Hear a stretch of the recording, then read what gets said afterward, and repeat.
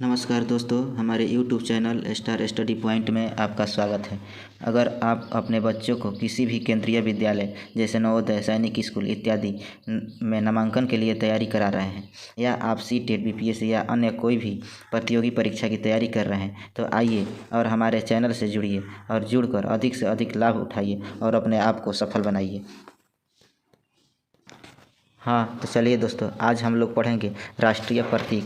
तो राष्ट्रीय प्रतीक का पहला क्वेश्चन है, किस वर्ष में जन गण मन को भारत के राष्ट्रगान के रूप में अपनाया गया था? तो ऑप्शन 1 है 1948 में, ऑप्शन बी है 1949 में, ऑप्शन सी है 1950 में और ऑप्शन डी है 1951 में। तो चलिए आंसर बताइए। तो हमारे इस प्रश्न का उत्तर हो जाएगा ऑप्शन सी 1950 में। संविधान सभा ने 24 जनवरी 1950 को जन गण मन को राष्ट्रगान के रूप में अपनाया था। संपूर्ण राष्ट्रगान को गाने के लिए लगभग 52 सेकेंड का समय लगता है। तो अब अगला प्रश्न नंबर 2 है, भारत की संविधान सभा द्वारा राष्ट्रगान जन गण मन का हिंदी प्रारूप कब अपनाया गया? ऑप्शन ए 26 नवंबर 1949, ऑप्शन बी 24 जनवरी 1950, ऑप्शन सी 7 नवंबर 1947, ऑप्शन डी 9 दिसंबर 1946। तो चलिए आंसर बताइए। इस प्रश्न का उत्तर हो जाएगा ऑप्शन बी 24 जनवरी 1950 को। प्रश्न नंबर 3 है, संपूर्ण राष्ट्रगान का वादन यानी गायन काल कितना है? तो ए है 50 सेकेंड, बी है 45 सेकेंड, सी है 52 सेकेंड, डी है 55 सेकेंड। तो इस प्रश्न का उत्तर हो जाएगा ऑप्शन सी 52 सेकेंड। अब प्रश्न नंबर 4 है, भारत शासन द्वारा राजकीय चिन्ह कब से अंगीकृत किया गया था? ए है 15 अगस्त 1948, बी 2 अक्टूबर 1947, सी 26 जनवरी 1948, डी 26 जनवरी 1950। आंसर बताइए। तो इस प्रश्न का उत्तर हो जाएगा 26 जनवरी 1950 से। प्रश्न 5 है, भारत की संविधान सभा ने राष्ट्रीय ध्वज को सर्वप्रथम कब स्वीकार किया था? ए है 22 जुलाई 1947, बी 23 जुलाई 1947, सी 25 जुलाई 1947, डी 15 अगस्त 1947। तो इस प्रश्न का उत्तर क्या हो जाएगा? चलिए बताइए। इस प्रश्न का उत्तर हो जाएगा 22 जुलाई 1947 को। प्रश्न नंबर 6, निम्नलिखित कथनों पर विचार कीजिए। 1, भारत की संविधान सभा ने राष्ट्रीय ध्वज का प्रारूप 22 जुलाई 1947 को अपनाया था। दूसरा, राष्ट्रीय ध्वज के बीच चक्र में 21 तिलिया है। तीसरा, राष्ट्रीय ध्वज की चौड़ाई लंबाई का अनुपात 3:4 है। उपयुक्त कथन में से कौन से सही है? ऑप्शन ए है 1 और 2, बी है केवल 1, सी है 2 और 3 और डी है केवल 2। तो चलिए इस प्रश्न का उत्तर क्या होगा? इस प्रश्न का उत्तर हो जाएगा केवल एक। भारत की संविधान सभा ने राष्ट्रीय ध्वज का प्रारूप 22 जुलाई 1947 को अपनाया था। अगला प्रश्न है, भारत की संविधान सभा ने निम्नलिखित में से किस तिथि को राष्ट्रीय ध्वज को अपनाया था? ऑप्शन ए 22 जनवरी 1950, बी 24 जनवरी 1950, सी 22 जुलाई 1947, डी 22 जुलाई 1948। तो इस प्रश्न का उत्तर क्या होगा? देखिए, इस प्रश्न का उत्तर हो जाएगा 22 जुलाई 1947 को। 8 नंबर प्रश्न है, भारतीय राष्ट्रीय ध्वज के प्रारूप को किस दिन स्वीकार किया गया? ए जून 10 1947, जुलाई 22 1947, सी में अगस्त 15 1947, डी जनवरी 26 1947। तो 8 नंबर का आंसर क्या होगा? ऑप्शन बी जुलाई 22 1947। इस प्रश्न का उत्तर हो जाएगा जुलाई 22 1947। अगला प्रश्न है प्रश्न नंबर 9, भारत का राष्ट्रीय पशु है हिरण, हाथी, बाघ, शेर। तो चलिए यह बहुत आसान प्रश्न है, ये छोटे छोटे बच्चे बताते हैं। आप बताइए इस प्रश्न का उत्तर क्या हो जाएगा? प्रश्न नंबर 9 का उत्तर हो जाएगा ऑप्शन सी, बाघ जो है भारत का राष्ट्रीय पशु है। प्रश्न नंबर 10 है, भारत का राष्ट्रीय पुष्प कौन सा है? ए है सूरजमुखी, बी कमल, सी गुलाब, डी गेंदा। तो इस प्रश्न का उत्तर हो जाएगा ऑप्शन बी कमल। अगला प्रश्न है, भारत का राष्ट्रीय पक्षी कौन सा है? ए है कोयल, बी हंस, सी मोर, डी कबूतर। तो इस प्रश्न का उत्तर हो जाएगा मोर। मोर का वैज्ञानिक नाम पाओ क्रिस्टेटस है। ये भी पूछ देता है कि मोर का वैज्ञानिक नाम क्या है? तो पाओ क्रिस्टेटस होता है। ठीक है। प्रश्न 12 है, भारतीय राष्ट्रीय ध्वज में चक्र किसका प्रतीक है? ए स्वतंत्रता का, बी न्याय का, सी समानता का, डी भाईचारे का। तो इस प्रश्न का उत्तर क्या होगा, चलिए बताइए। तो इस प्रश्न का उत्तर हमारा हो जाएगा ऑप्शन बी न्याय का। अगला प्रश्न है 13 नंबर, भारत के राष्ट्रीय ध्वज में आरों की कुल संख्या कितनी है? ए 20 है, बी 24, सी 26, डी 30। तो बताइए इस प्रश्न का उत्तर क्या हो जाएगा। प्रश्न नंबर 13 का उत्तर हो जाएगा हमारा ऑप्शन बी, आरों की कुल संख्या 24 है। ठीक है। अगला प्रश्न है 14, राष्ट्रीय पंचांग के संबंध में कौन से कथन सही है? एक, भारतीय राष्ट्रीय पंचांग विक्रम संवत पर आधारित है। दो, राष्ट्रीय पंचांग को 26 जनवरी 1950 से अपनाया गया था। नीचे दिए गए कूट की सहायता से सही उत्तर चुनना है। ऑप्शन ए केवल एक, ऑप्शन बी केवल दो, ऑप्शन सी केवल एक और दो दोनों, डी न तो एक और ना ही दो। तो इस प्रश्न का उत्तर क्या हो जाएगा, ऑप्शन डी। ऑप्शन डी हो जाएगा, न तो एक है और न ही दो है, क्योंकि ग्रेगोरियन कैलेंडर के साथ साथ देश भर के लिए शक संवत पर आधारित राष्ट्रीय पंचांग जिसका पहला महीना चैत्र है, तो भारतीय राष्ट्रीय पंचांग जो है शक संवत पर आधारित है और सामान्य वर्ष 365 दिन का होता है। 22 मार्च 1957 को अपनाया गया था। चैत्र का पहला दिन सामान्यतः 22 मार्च को और अधिवर्ष में 21 मार्च को पड़ता है। ठीक है। अब चलिए दोस्तों, इस चैप्टर के बाद हमारा अगला चैप्टर शुरू होता है राज्य एवं संघ राज्य क्षेत्र। तो राज्य एवं संघ राज्य क्षेत्र के कुछ प्रश्न हम लोग हल करेंगे। तो चलते हैं प्रश्न पर। प्रश्न है, संविधान में हमारे राष्ट्र का उल्लेख किस किस नाम में किया गया है? ए है भारत तथा इंडिया, बी है केवल भारत, सी है हिंदुस्तान तथा इंडिया, डी है भारत, हिंदुस्तान तथा इंडिया। तो चलिए बताइए इस प्रश्न का उत्तर क्या हो जाएगा। हमारा ऑप्शन ये हो जाएगा, भारत तथा इंडिया जो है संविधान में उल्लेख किया गया है। प्रश्न नंबर 2 है, संविधान के प्रथम अनुच्छेद के अनुसार भारत है ए राज्यों का समूह, बी राज्यों का फेडरेशन, सी राज्यों का कन्फेडरेशन और डी राज्यों का यूनियन। तो चलिए इस प्रश्न का उत्तर क्या हो जाएगा। तो इस प्रश्न का उत्तर हो जाएगा हमारा ऑप्शन डी, राज्यों का यूनियन। प्रश्न नंबर 3 है, संविधान में के निम्नलिखित में से किस प्रावधान के अंतर्गत भारतीय संसद को नया राज्य बनाने का अधिकार है? अनुच्छेद 1, बी में अनुच्छेद 2, सी में अनुच्छेद 3, डी में अनुच्छेद 4, आई में अनुच्छेद 5। तो इस प्रश्न का हमारा उत्तर हो जाएगा ऑप्शन सी, अनुच्छेद 3। प्रश्न नंबर 4 है, नए राज्य के गठन की शक्ति निहित है ए संसद में, बी राष्ट्रपति में, सी मंत्रिपरिषद में और डी राज्य पुनर्गठन आयोग में। तो इस प्रश्न का उत्तर क्या होगा, चलिए देखिए। हमारा इस प्रश्न का उत्तर हो जाएगा ऑप्शन ए, संसद में। अगला प्रश्न है, भारत के संविधान के अंतर्गत निम्नलिखित में से किसको राज्यों की सीमाओं को परिवर्तित करने की शक्ति प्राप्त है? ए संसद को, बी लोकसभा को, सी राष्ट्रपति को और डी सर्वोच्च न्यायालय को। तो इस प्रश्न का उत्तर क्या हो जाएगा, ऑप्शन ए, संसद को। इस प्रश्न का उत्तर हो जाएगा संसद को।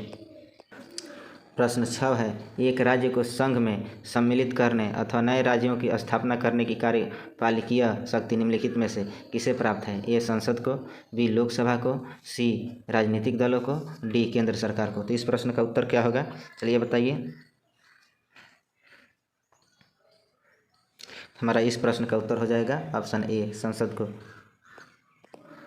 अगला प्रश्न है, भारतीय संघ के अंतर्गत किसी राज्य को मिलाने का अधिकार किसे है? ए भारत के राष्ट्रपति को, बी प्रधानमंत्री को, सी संसद को, डी सर्वोच्च न्यायालय को। तो इस प्रश्न का हमारा उत्तर क्या होगा,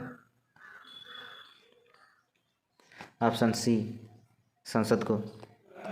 8 नंबर प्रश्न है, निम्नलिखित में से कौन सा कथन नए राज्यों के निर्माण के बारे में सही नहीं है? देखिए हमें यहाँ निगेटिव चुनना है। तो संसद विधि द्वारा एक नए राज्य का निर्माण कर सकती है, तो ये जो है हमारा पहला सही है। इस प्रकार की विधि में संविधान की पहली अनुसूची और चौथी अनुसूची के संशोधन का प्रावधान होगा, तो अपना जो है बी भी सही है। अब चलते हैं डी पर।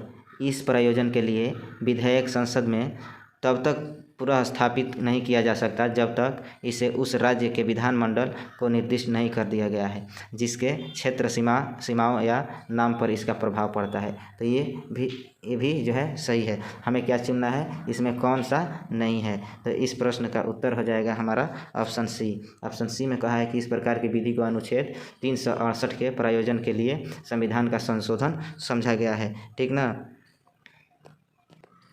प्रश्न नंबर 9 है, एक नया राज्य बनाने में संवैधानिक संशोधन के लिए कैसा बहुमत चाहिए। ए में साधारण, बी में दो तिहाई, सी में 3/4, डी में 2/3 और आधे राज्यों का अनुसमर्थन। तो इस प्रश्न का उत्तर हो जाएगा हमारा ऑप्शन ए साधारण।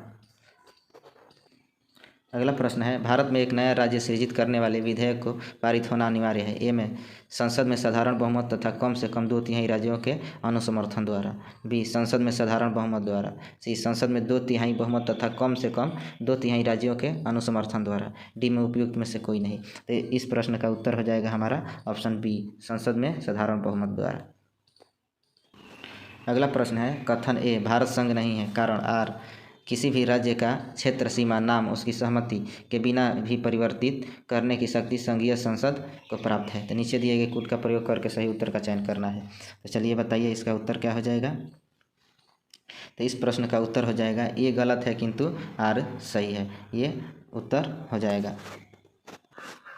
अगला प्रश्न है, संवैधानिक प्रावधानों के अनुसार राज्यों की सीमाओं को बदलने के लिए डैश समिति की आवश्यकता है। ए में है राज्य के विधानसभा सदन की, बी राज्य के मुख्यमंत्री की, सी राज्य की, डी राज्य की नहीं। तो 12 नंबर प्रश्न का उत्तर क्या होगा। तो हमारा ऑप्शन नंबर डी राज्य की नहीं। अगला प्रश्न है, निम्नलिखित में से कौन एक नए राज्यों के निर्माण के लिए संवैधानिक उपबंध नहीं है। ए में किसी राज्य का क्षेत्र बढ़ाकर, बी में किसी राज्य का क्षेत्र घटाकर, सी में किसी राज्य का नाम परिवर्तन कर, डी में एक राज्य संघ राज्य क्षेत्र शामिल कर सकेगा। एक राज्य संघ राज्य क्षेत्र शामिल कर सकेगा। तो इस प्रश्न का उत्तर क्या हो जाएगा, ऑप्शन डी एक राज्य संघ राज्य क्षेत्र शामिल कर सकेगा। ठीक है। इसमें बताया गया है कि अनुच्छेद 3 के अनुसार किसी राज्य की सीमाएं बदलने, नए राज्य का निर्माण करने अथवा उनके नाम में परिवर्तन करने का अधिकार केवल संसद को दिया गया है, राज्यों को यह अधिकार प्राप्त नहीं है। अगला प्रश्न है, निम्नलिखित में से कौन सा संविधान के अनुच्छेद 3 के तहत संसद के एक कानून द्वारा संभव नहीं है। तो ए नए राज्यों का गठन, बी राज्यों के क्षेत्रों में परिवर्तन, सी राज्यों की सीमाओं में परिवर्तन, डी नए राज्यों का प्रवेश। तो चलिए बताइए इस प्रश्न का उत्तर क्या हो जाएगा। तो इस प्रश्न का उत्तर हो जाएगा ऑप्शन डी नए राज्यों का प्रवेश। अगला प्रश्न है, निम्न कथनों पर विचार कीजिए और दिए गए कूट की सहायता से बताइए कि इनमें कौन से सही है। पहला है संविधान में यूनियन ऑफ स्टेट्स शब्द प्रयुक्त हुआ है क्योंकि भारतीय राज्यों को अलग होने का अधिकार नहीं है। 2 है एस के धर आयोग ने राज्यों के पुनर्गठन हेतु भाषा के आधार पर की अपेक्षा प्रशासनिक सुविधा को वरीयता दी थी।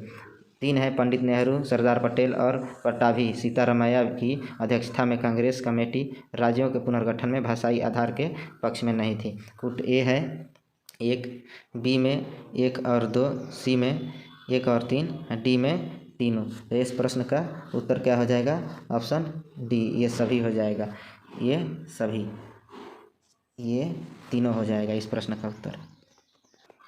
16 नंबर प्रश्न है, भारतीय संगठनात्मक व्यवस्था के संदर्भ में निम्नलिखित में कौन सा कथन सही है। कथन 1 है भारतीय संविधान के अंतर्गत राज्यों को संघ से अलग होने का अधिकार नहीं है। 2 अलग होने की मात्र वकालत करने पर अभिव्यक्ति की स्वतंत्रता की सुरक्षा मिलेगी। नीचे दिए हुए कूटों में से सही उत्तर का चयन करना है। तो बताइए इसमें कौन सा सही आंसर होगा। हम चलते हैं, ऑप्शन ए में केवल 1, बी में 2, सी में 1 और 2 दोनों, डी में न तो 1 और न 2। तो इस प्रश्न का उत्तर क्या होगा, देखिए इस प्रश्न का उत्तर हो जाएगा केवल हमारा 1 जो है इसका उत्तर हो जाएगा। अगला प्रश्न है, राज्य पुनर्गठन आयोग ने 1 नवंबर 1956 को कितने राज्य तथा कितने संघ राज्य बनाए थे। तो इसमें हो जाएगा ऑप्शन ए 14 राज्य एवं 6 संघ राज्य, बी में 17 राज्य एवं 6 संघ राज्य, उसके बाद सी में है 14 राज्य एवं 8 राज्य संघ राज्य, डी में है 17 राज्य एवं 8 संघ राज्य। तो चलिए बताइए इस प्रश्न का ऑप्शन कौन सही होगा, देखते हैं। तो इस प्रश्न का उत्तर हो जाएगा ऑप्शन ए 14 राज्य एवं 6 संघ राज्य। प्रश्न नंबर 18 है 1956 के राज्य पुनर्गठन अधिनियम द्वारा कितने राज्य और संघीय क्षेत्रों की स्थापना की गई थी। ऑप्शन ए है 14 राज्य 6 संघीय क्षेत्र, 18 राज्य 9 संघीय क्षेत्र, 22 राज्य 8 संघीय क्षेत्र, 21 राज्य 7 संघीय क्षेत्र। इस प्रश्न का उत्तर क्या हो जाएगा, देखिए, तो इस प्रश्न का उत्तर हो जाएगा ऑप्शन ए 14 राज्य 6 संघीय क्षेत्र। अगला प्रश्न है भारत में कितने राज्य एवं संघीय प्रदेश है। ये है 25 राज्य एवं 7 संघीय प्रदेश, 28 राज्य एवं 7 संघीय प्रदेश, 24 राज्य एवं 6 संघीय प्रदेश, इनमें से कोई नहीं। तो इस प्रश्न का हमारा हो जाएगा ऑप्शन डी, इनमें से कोई नहीं। देखिए, जब ये प्रश्न पूछा गया था तो उस समय प्रथम अनुसूची के अनुसार भारत में 28 राज्य तथा 7 संघ राज्य थे। 2 जून 2014 को तेलंगाना राज्य के गठन के पश्चात भारत में कुल 29 राज्य एवं 7 संघ राज्य क्षेत्र हो गए। पुनः जम्मू एवं कश्मीर तथा लद्दाख को संघ राज्य क्षेत्र घोषित किए जाने के उपरांत कुल 28 राज्य एवं 9 संघ राज्य क्षेत्र हो गए और तत्पश्चात दादर और नागर हवेली तथा दमन और दीव के एकीकरण के पश्चात संघ राज्य क्षेत्रों की संख्या 26 जनवरी 2020 से 8 हो गई। अतः वर्तमान में भारत में 28 राज्य एवं 8 संघ राज्य क्षेत्र है। अब है अगला प्रश्न, तेलंगाना राज्य बन जाने के बाद भारत के राज्यों की संख्या होगी। जब तेलंगाना राज्य बनेगा तो राज्यों की संख्या क्या हो जाएगी, 28। अगला प्रश्न है भारत में कितने संघ शासित प्रदेश है। भारत में कितने संघ शासित प्रदेश है। ए में 6, बी में 7, सी में 8, डी में 9। तो ऑप्शन हमारा सी हो जाएगा 8। 22 नंबर, निम्नलिखित में से कौन संघ राज्य क्षेत्र नहीं है। ए अंडमान और निकोबार द्वीप समूह, बी दमन और दीप, सी गोवा और डी पुडुचेरी। तो पुडुचेरी इसमें कौन सा हो जाएगा, सी, ऑप्शन सी गोवा। अगला प्रश्न, दिल्ली है एक राज्य, एक केंद्र शासित प्रदेश, एक स्वायत्तशासी परिषद, इनमें से कोई नहीं। तो इस प्रश्न का उत्तर हो जाएगा हमारा बी, एक केंद्र शासित प्रदेश। प्रश्न 24, किस संविधान संशोधन द्वारा दिल्ली को राष्ट्रीय राजधानी क्षेत्र का दर्जा दिया गया था। तो इस प्रश्न का उत्तर हो जाएगा हमारा 69वां संविधान संशोधन द्वारा दिल्ली को राज्य की दर्जा दिया गया था। 69वें संविधान संशोधन अधिनियम 1991 में हुआ था। तभी दिल्ली को राज्य क्षेत्र की श्रेणी में कायम रखते हुए इसके लिए एक विधानसभा और मंत्री परिषद का उपबंध किया गया। साथ ही संविधान के अनुच्छेद 239 क के तहत संघ राज्य क्षेत्र दिल्ली को राष्ट्रीय राजधानी क्षेत्र का दर्जा दे दिया गया था। अगला प्रश्न है निम्न केंद्र शासित प्रदेशों का उनके बनने के वर्ष के साथ सही मिलान करें। केंद्र शासित प्रदेश एक तरफ है जिस वर्ष बना था, तो लक्षद्वीप किस वर्ष बना था। तो अब मिलान करेंगे हम, देखना है आंसर क्या होगा इसका। तो आंसर हो जाएगा हमारा बी, लक्षद्वीप बना था हमारा 1956 में। लक्षद्वीप 1956 में बना था। उसके बाद से है दमन और दीव, ये बना था 1962 में, दमन दीव 1962 में। उसके बाद से है सी हमारा चंडीगढ़ 1966 में बना था। उसके बाद से है दादर और नगर हवेली, ये बना था 1961 में। अगला प्रश्न है भारत के संविधान के अनुच्छेद 240 के अंतर्गत कुछ संघ राज्य क्षेत्रों के लिए विनियम बनाने की राष्ट्रपति की शक्ति के संदर्भ में निम्न में से कौन सा युग्म सही सुमेलित नहीं है। तो इसमें निगेटिव चुना है। इस प्रश्न का उत्तर क्या होगा, तो ऑप्शन नंबर डी 240(1) घ पुडुचेरी, यही नहीं होगा। प्रश्न नंबर 27, निम्नलिखित कथनों में से कौन सा एक गलत है। इसमें भी गलत कथन चुनना है। ए है गोवा को 1987 में पूर्ण राज्य का दर्जा प्राप्त हुआ, बी दीव खंबात की खाड़ी में एक टापू है, और सी दमन और दीव को भारतीय संविधान के 56वें संशोधन द्वारा गोवा से अलग किया गया था, डी दादर और नगर हवेली वर्ष 1954 तक फ्रांसीसी औपनिवेशिक शासन के अंतर्गत थे। तो इस प्रश्न का उत्तर क्या हो जाएगा, 27 नंबर का हमारा उत्तर हो जाएगा ऑप्शन डी उत्तर हो जाएगा। अगला प्रश्न है सिक्किम भारत का एक राज्य बनाया गया था 30वें संशोधन के अंतर्गत, बी में 32वें संशोधन के अंतर्गत, सी में 35वें संशोधन के अंतर्गत, डी में 42वें संशोधन के अंतर्गत। तो इस प्रश्न का हमारा उत्तर हो जाएगा ऑप्शन सी 35वें संशोधन के अंतर्गत। निम्नलिखित संविधान संशोधन में से किसके द्वारा सिक्किम को विधिवत भारत संघ के एक पूर्ण स्वराज्य के रूप में सम्मिलित किया गया था। ऑप्शन ए है 34वें, बी है 35वें, सी है 36वें और डी है 37वें। तो इस प्रश्न का हमारा उत्तर हो जाएगा ऑप्शन सी 36वें। इस प्रश्न का उत्तर ऑप्शन सी होगा 36वें।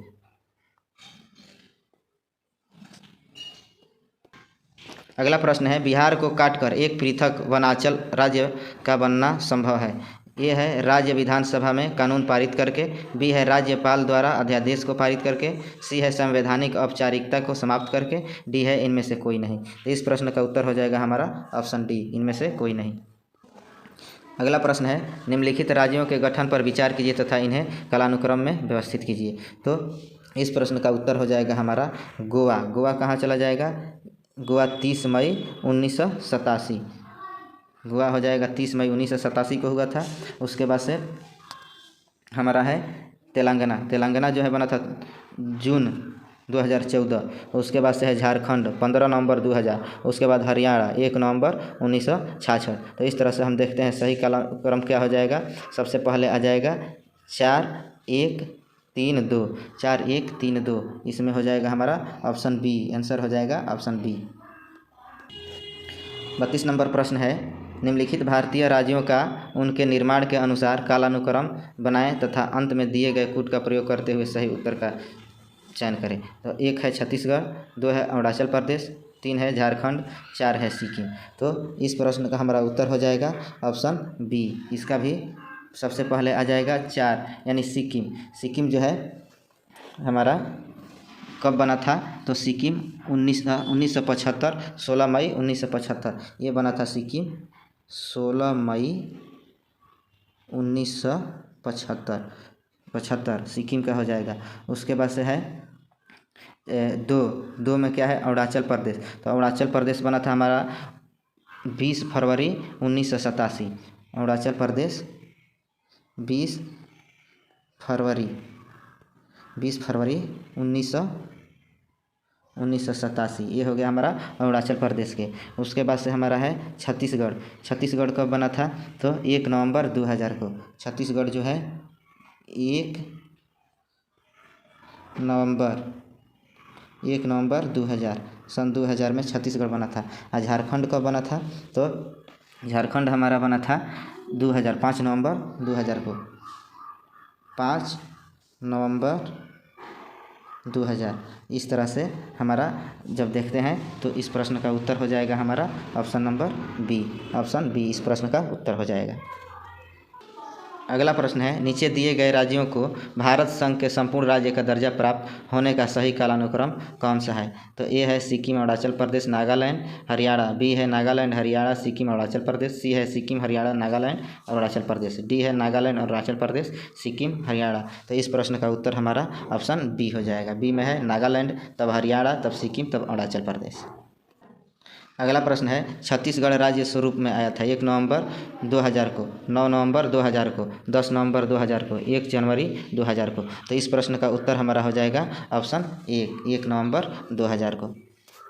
अब है अगला प्रश्न 35 नंबर प्रश्न है उत्तराखंड राज्य की स्थापना कब हुई थी? तो हमारा ऑप्शन है वर्ष 1999 में, वर्ष 2000 में, वर्ष 2001 में, वर्ष 2002 में। तो इस प्रश्न का उत्तर हो जाएगा वर्ष 2000 में, ऑप्शन बी।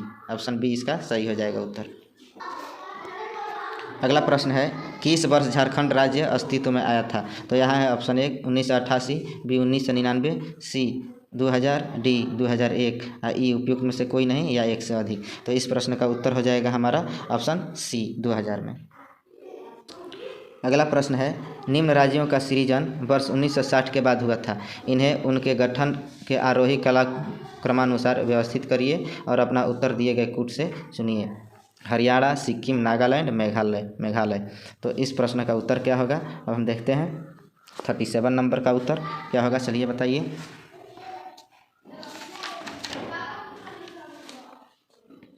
तो हो जाएगा इसका उत्तर सी। सबसे पहले नागालैंड, उसके बाद से हरियाणा, उसके बाद से मेघालय, उसके बाद से सिक्किम।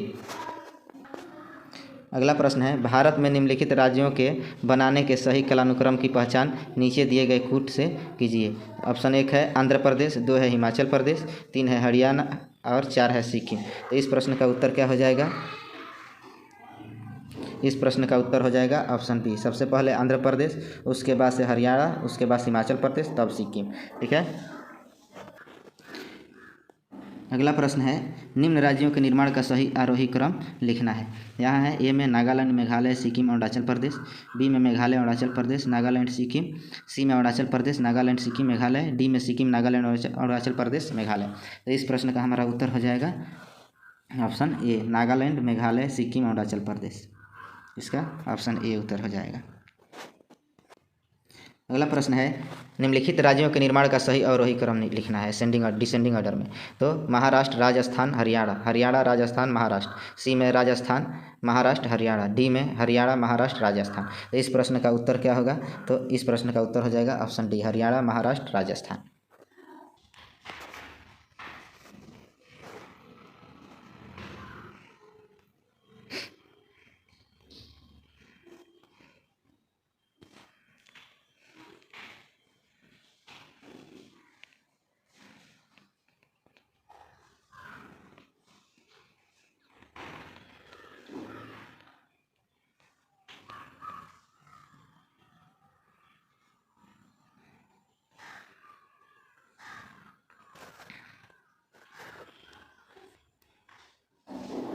अगला प्रश्न है निम्नलिखित में से किस राज्य का गठन वर्ष 1948 में हुआ था? पश्चिम बंगाल का, असम का, सी पंजाब का, हिमाचल प्रदेश का। तो इसमें भी जो है हमारा आंसर नहीं है। इस प्रश्न के अंग्रेजी संस्करण में राज्य के लिए स्टेट शब्द का प्रयोग हुआ है। इस आधार पर दिए गए विकल्पों में कोई विकल्प सही नहीं है, परंतु यदि राज्य का अर्थ प्रोविंस लिया जाए तो वर्ष 1948 में गठित किया गया राज्य हिमाचल प्रदेश होगा। ठीक है, तो इस तरह से इसमें भी उत्तर नहीं है। अगला प्रश्न है निम्न में से एक कथन असत्य है, बताइए। असत्य कथन चुनना है। तो इसमें कौन कथन असत्य है? तो इसमें दिया है मैसूर राज्य का नया नाम तमिलनाडु रखा गया। यही कथन जो है हमारा असत्य है, बाकी सब कथन सत्य है। अगला प्रश्न है भाषा के आधार पर राज्यों के गठन हेतु राज्य पुनर्गठन आयोग की स्थापना कब की गई थी? तो राज्य पुनर्गठन आयोग की स्थापना कब की गई थी भाषा के आधार पर? तो इसमें दिया है कि ए है 1856, बी है 1956, सी है 1957, डी है 1960। तो इसमें ए भी नहीं होगा, बी भी नहीं होगा, सी भी नहीं होगा और डी भी नहीं होगा। इस प्रश्न का उत्तर हो जाएगा 1953 को की गई थी। तो राज्य पुनर्गठन आयोग की स्थापना 29 दिसंबर 1953, यानी 29 दिसंबर, है ना, दिसंबर 29 दिसंबर जो है 29 दिसंबर 1953 को की गई थी। 1953 को की गई थी। तो इसमें भी इस ऑप्शन में नहीं दिया गया है ना। अगला प्रश्न है आज़ादी के बाद भाषा के आधार पर भारत के राज्यों का पुनर्गठन किस वर्ष में हुआ था? ए 1947, बी 1951, सी 1956, डी 2000। उपयुक्त में से कोई नहीं। तो देखिए इस प्रश्न का उत्तर क्या हो जाएगा? ऑप्शन सी 1956 में। अगला प्रश्न है भाषाई आधार पर राज्यों का पुनर्गठन किस वर्ष में किया गया था? 1947 में, बी 1951 में, उसके बाद से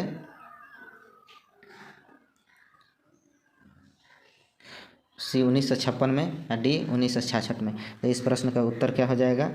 तो ऑप्शन नंबर सी 1956 में। अगला प्रश्न है भाषाई आधार पर सर्वप्रथम किस राज्य का गठन हुआ था? भाषाई आधार पर किस राज्य का? तो आंध्र प्रदेश का गठन हुआ था सबसे पहले।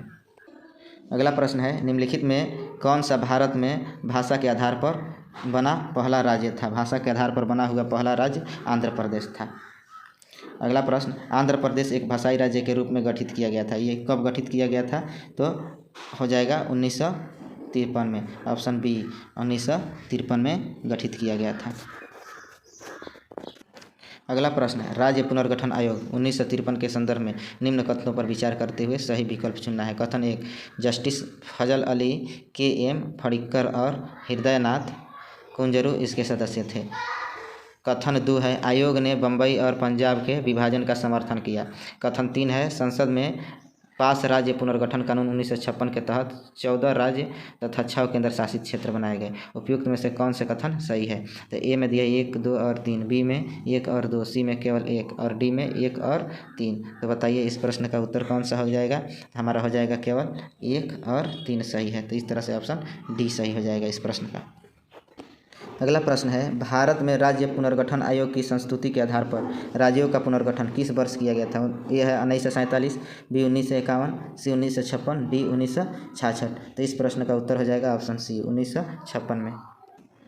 अगला प्रश्न है, किस राज्य की राजधानी का नाम स्वतंत्रता प्राप्ति के बाद अभी तक नहीं बदला गया है? ए है तमिलनाडु, बी पश्चिम बंगाल, सी केरल, डी आंध्र प्रदेश। तो ये जो है चारों का बदला गया, इसका भी बदला गया है। लेकिन स्वतंत्रता प्राप्ति के बाद जो है आंध्र प्रदेश की राजधानी हैदराबाद का नाम अभी तक नहीं बदला है, जो आंध्र प्रदेश की राजधानी है। ठीक है। अगला प्रश्न है, निम्नलिखित कथनों में से कौन से कथन सत्य है? ए, कांग्रेस के नागपुर सत्र 1920 के पश्चात प्रांतीय कांग्रेस समितियों का गठन भाषाई आधार पर किया गया। बी है, 1948 में कांग्रेस ने भाषाई आधार पर प्रांतों के गठन की मांग को अस्वीकार किया था। इसमें आंसर क्या हो जाएगा? निम्नलिखित कूट को से सही उत्तर केवल बी, न तो ए न तो बी, डी में है ए और बी। तो इसमें आंसर क्या हो जाएगा हमारा? ऑप्शन नंबर डी, ए और बी सही हो जाएगा इसका आंसर। ठीक है।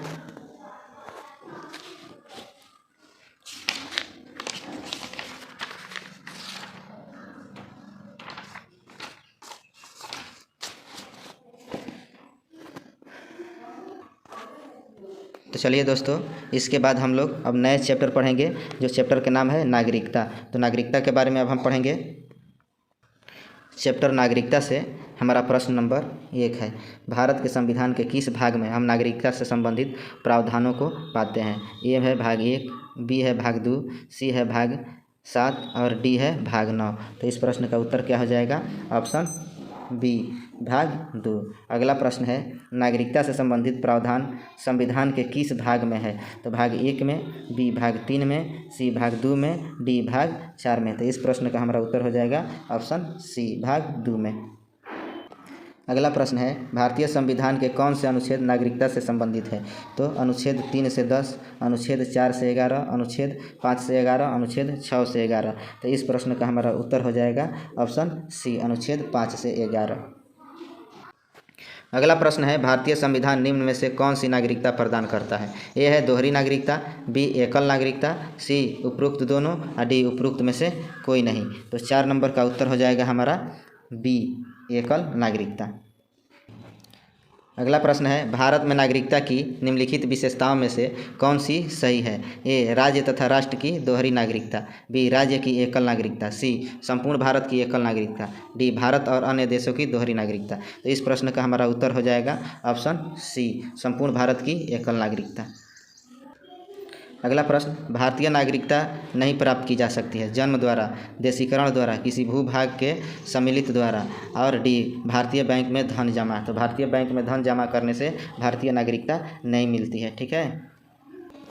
अगला प्रश्न है, भारत का एक नागरिक अपनी नागरिकता खो देगा यदि वह 1 में है भारतीय नागरिकता का परित्याग करता है, 2 में है स्वेच्छा से अन्य देश की नागरिकता प्राप्त करता है, 3 है किसी अन्य देश के नागरिक से विवाह करता है, और 4 है सरकार की आलोचना करता है। नीचे दिए गए कूट का प्रयोग कर सही उत्तर चुनिए। तो ए है 1, 2 और 3, बी है 2, 3 और 4, सी है केवल 1 और 2, डी केवल 1 और 4। तो इस 7 नंबर का उत्तर हो जाएगा हमारा ऑप्शन सी, 1 और 2, 1 और 2। ठीक है। अगला प्रश्न है, भारत के संदर्भ में निम्नलिखित कथनों पर विचार कीजिए। 1, भारत में केवल एक ही नागरिकता और एक ही अधिवास है। 2, जो व्यक्ति जन्म से नागरिक हो केवल वही राष्ट्राध्यक्ष बन सकता है। 3, जिस विदेशी को एक बार नागरिकता दे दी गई है किसी भी परिस्थिति में उसे इससे वंचित नहीं किया जा सकता है। उपयुक्त में से कौन सा कथन सही है तो बताना है। तो 8 नंबर का जो है आंसर क्या होगा, आइए बताइए क्या होगा 8 नंबर का आंसर। तो हमारा 8 नंबर का आंसर हो जाएगा केवल 1 जो है इस प्रश्न का उत्तर हो जाएगा। 9 नंबर प्रश्न है, नागरिकता संशोधन अधिनियम 2015 के अंतर्गत निम्नलिखित में से कौन भारतीय कार्ड धारक प्रवासी नागरिक के रूप में पंजीकृत होने के लिए अर्ह नहीं है? तो ऑप्शन ए हो जाएगा 1, अवयस्क बच्चा जिसके अभिभावक भारतीय नागरिक है। 2 हो जाएगा भारतीय नागरिक की विदेशी मूल की पत्नी। सी, वे भारतीय जो विभाजन के उपरांत पाकिस्तान प्रवासी हो गए। सी, एक व्यक्ति का परपोता परपोती जो दूसरे देश का नागरिक है किंतु जिसके पितामही मातामही संविधान लागू होने के समय भारतीय नागरिक थे। तो इस प्रश्न का उत्तर क्या होगा, चलिए बताइए। इस प्रश्न का उत्तर हो जाएगा ऑप्शन सी, इसका उत्तर हो जाएगा। 10 नंबर प्रश्न है, निम्नलिखित कथनों पर विचार कीजिए। 1. नागालैंड, असम, मणिपुर, आंध्र प्रदेश, सिक्किम, मिजोरम, अरुणाचल प्रदेश तथा गोवा की प्रादेशिक मांगों को देखते हुए भारत के संविधान में अनुच्छेद 371 से लेकर 371 आई अंतर्विष्ट किए गए। 2 है, भारत तथा संयुक्त राज्य अमेरिका के संविधानों में 2 राजतंत्र, संघ और राज्य है, किंतु नागरिकता इकहरी है। 3, कोई व्यक्ति जो देशीकरण द्वारा भारत का नागरिक है कभी भी अपनी नागरिकता से वंचित नहीं किया जा सकता। तो प्रयुक्त में से कौन से सही है? तो इस प्रश्न का उत्तर हो जाएगा हमारा ऑप्शन डी, केवल एक सही है, केवल एक, ऑप्शन डी। प्रश्न नंबर 11 है, किस देश में दोहरी नागरिकता का सिद्धांत स्वीकार किया गया है? पहला है भारत, बी है कनाडा, सी ऑस्ट्रेलिया, डी संयुक्त राज्य अमेरिका। तो इस प्रश्न का उत्तर हो जाएगा संयुक्त राज्य अमेरिका। अगला प्रश्न है, निम्न में से कौन नागरिकता के अर्जन हेतु शर्तों को नियत करने के लिए सक्षम है? ए चुनाव आयोग, बी राष्ट्रपति, सी संसद एवं राज्यों की विधानसभाएं, डी विधानसभाएं सम्मिलित रूप से, और डी संसद। तो इस प्रश्न का उत्तर हो जाएगा हमारा ऑप्शन डी, संसद।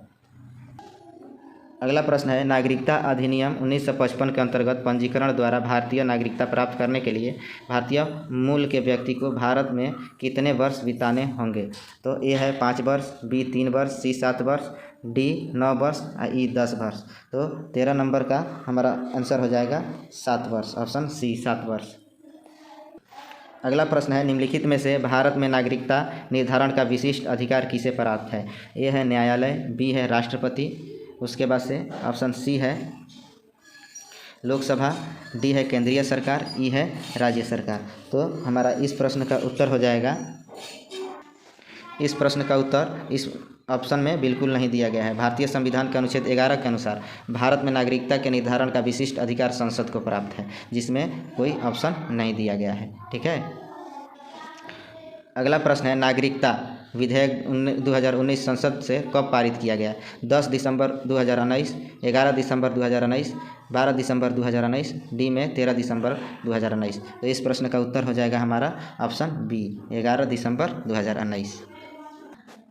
16 नंबर प्रश्न है, नागरिकता कानून कब पारित किया गया था? 11 दिसंबर 2018, 11 दिसंबर 2019, सी में 11 अक्टूबर 2019, डी में 11 अक्टूबर 2020, ई में उपयुक्त में से कोई नहीं या एक से अधिक। तो 16 नंबर का उत्तर हो जाएगा 11 दिसंबर 2019। प्रश्न 17 है, नागरिकता संशोधन अधिनियम 2019 का उद्देश्य क्या है? ए बांग्लादेशी अवैध आप्रवासियों को हटाना, बी वास्तविक भारतीय नागरिकों की पहचान करना, सी विदेशियों द्वारा सीमा घुसपैठ की जांच करना, डी अफगानिस्तान, बांग्लादेश और पाकिस्तान में उत्पीड़न अल्पसंख्यक समूहों को नागरिकता प्रदान करना, ई उपयुक्त में से कोई नहीं, एक से अधिक। तो इस प्रश्न का उत्तर हो जाएगा ऑप्शन डी।